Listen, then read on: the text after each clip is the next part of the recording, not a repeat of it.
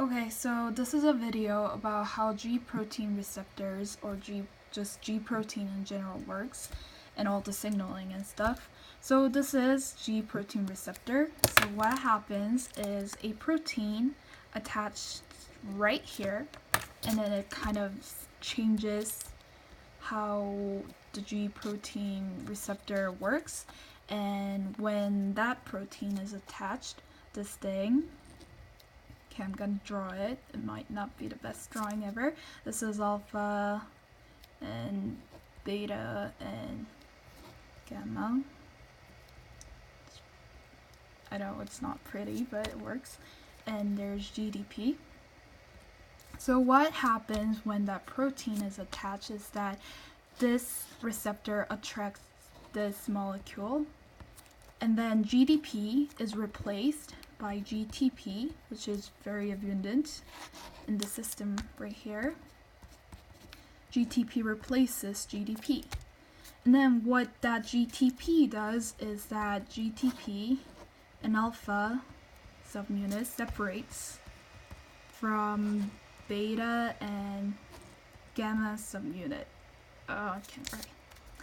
And then that little GTP and alpha binded together is attached to this thing called targeted protein, which then this sends the signal to other other like components on this process. And then once that is done, the alpha subunit hydrolyzes GTP, and this becomes GDP again. Then what happens is this separated beta and gamma bond, they attach themselves and they bind together, forming this again. And then this, as long as like this protein is binded on this receptor, that whole process will happen again, because that GTP changing to GDP binds this two together and makes that, so it happens continuously. But it will eventually stop because, so this is G protein receptor again, receptor. Like, although there is a protein bind right there, there is this thing called receptor